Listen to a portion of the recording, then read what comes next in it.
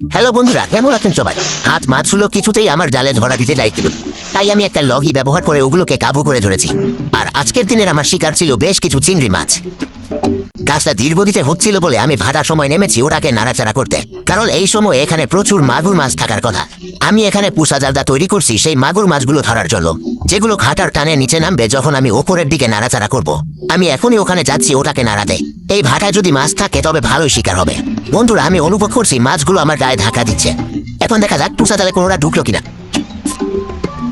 মাছগুলো তো আমাকে একদম বোকা বানিয়ে দিল, অথবা হতে পারে পুষা জালটা ঠিক মতো বসানো হয়নি।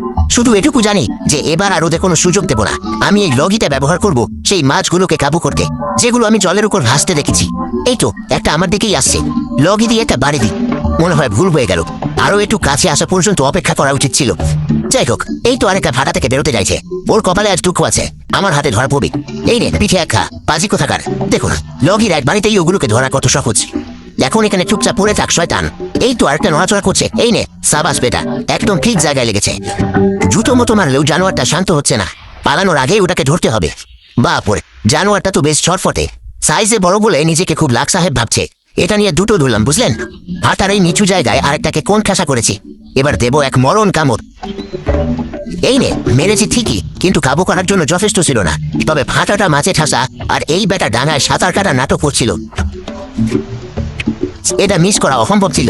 ওরে বাবা, লগির বাড়িটা এত জোরে লেগেছে যে বেটার মাথাটাই খেতলে গেছে। জোয়ার এসে প্রথম দিকে ধরা মাছগুলো ভাসিয়ে নিয়ে যাওয়ার আগেই আমাকে ফিরতে হবে। এই দেখুন, জোয়ারের জল প্রায় এর কাছে চলে এসেছে। আর কিছুক্ষণ হলে এই জানোয়ারটাকে আর খুঁজে পেতাম না। ওটাকেও যদি মাটিতে পুঁতে না রাখতাম এতক্ষণে চম্পট দিত, কারণ অপরাধীটা এখনো বেঁচে আছে। ওর কাঁটাটা ভেঙে দিই যাতে আমাকে ফুটো করতে না পারে। ভালোই শিকার হলো বন্ধুরা। সময় থাকলে আরো ধরতাম, কিন্তু উপায় নেই, জোয়ারে সব ডুবে যাবে।